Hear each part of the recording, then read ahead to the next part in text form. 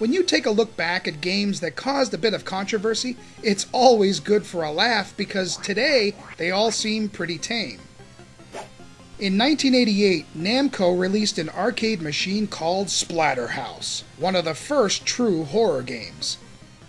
It had that 70s, 80s horror movie feel, and it was great. And it bugged a lot of people. The graphic violence and gore at the time caused some US arcade owners to ban it from their lineup. Personally, I think they were just a little scared. Yeah. Well, TurboGrafx owners were soon to be very proud, as Namco translated this popular arcade guilty pleasure exclusively for the console. It even came with one of the first warnings on a game box. The horrifying theme of this game may be inappropriate for young children and cowards. The story? Well, Rick and his girlfriend Jennifer are parapsychology majors, and as part of a school project, they decide to visit the abandoned West Mansion, also known as Splatterhouse. Bad move. In a nutshell, Jennifer gets kidnapped, and a mask is now covering Rick's face.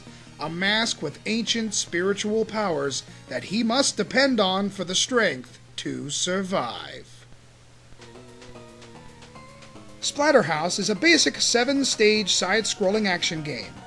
Each area is filled with bizarre walking zombies, chained corpses, bats, fire logs, crawling hands, and ticked-off chairs. Sit down or die. There are also spikes in the ground, spikes floating in water, spikes spinning on the floor. Who the hell built this place? Refusing to be known as a wuss, Rick finds ways to splat his enemies using his bare hands, his feet, and a powerful sliding kick. I mean, hell, the guy punches knives for God's sakes. Knives.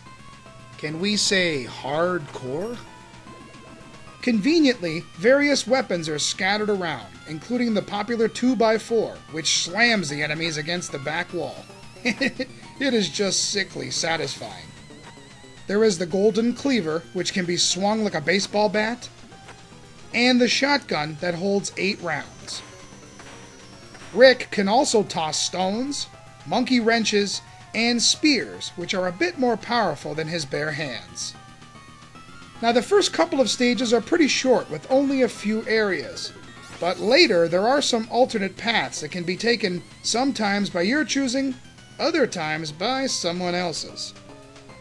At the end of each is an end boss or some kind of scary and strange room filled with scenery obviously trained to kill.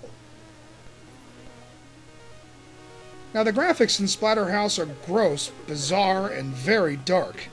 Sweet. While the TurboGrafx does a faithful job recreating the arcade look, there are noticeable downgrades to animations and backgrounds. For the technology that was available, though, I'd say Namco still did a great job here. The sprites are rather large, and they were able to recreate the main players with pretty nice detail. Most of the sounds and music are similar and ported over well. There are a few missing groans, and things are a step down in terms of their impact. Plus, I do miss the pop sound from the arcade when you whack a zombie's head off. Ah, the sweet sound of victory. But the TurboGrafx does a decent job recreating things, and it does work well in its own limited way. Rick has pretty good control, though he is a tad clunky and sluggish, but then again, he also was in the arcade. He can punch, kick, and pick up weapons quickly. The jumping isn't bad, but the sliding kick, it's not always consistent, and there are times you will lose hearts trying to get it to work. I dropped a ton of quarters into the arcade Splatterhouse, and I played this version a lot. I always thought the atmosphere was perfect, and you have to love the typical scare tactics like unexpected enemies smashing through mirrors, or thinking that a boss is defeated, then wham! Another one attacks out of nowhere. While it isn't a perfect platformer, and it does show its age, to me it is still fun to play. Now, the American version of Splatterhouse is often criticized for being very censored in comparison to the PC Engine version. The obvious Jason Voorhees signature white hockey mask was changed to purple, probably to avoid a Paramount lawsuit if they were in a bad mood that day. They also changed some religious items like the upside-down cross emboss and the setting in the church. There are a few other minor things, but everything else is pretty much the same, and it isn't that drastically different as some may make it sound. Because Rick is a rather large character, he is very vulnerable to hits. The TurboGrafx version is a tad easier than its arcade predecessor, but there is still some trial and error involved, and you probably won't beat it right away. Once you do, though, hold select at the title screen and play the hard setting. This parallels the arcade difficulty a little better with more enemies, which equals more splat, which therefore equals more guilty fun.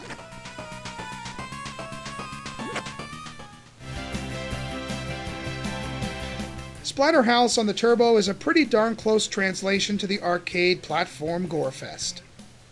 While not perfect, I think Namco did a pretty good job considering the limitations of the hardware at the time.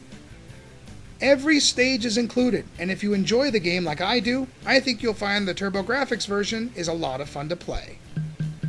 Although tame by today's standards, Splatterhouse is a fun glimpse at something they say we kids, quote, should not have been playing. Well, we did. Take that, society.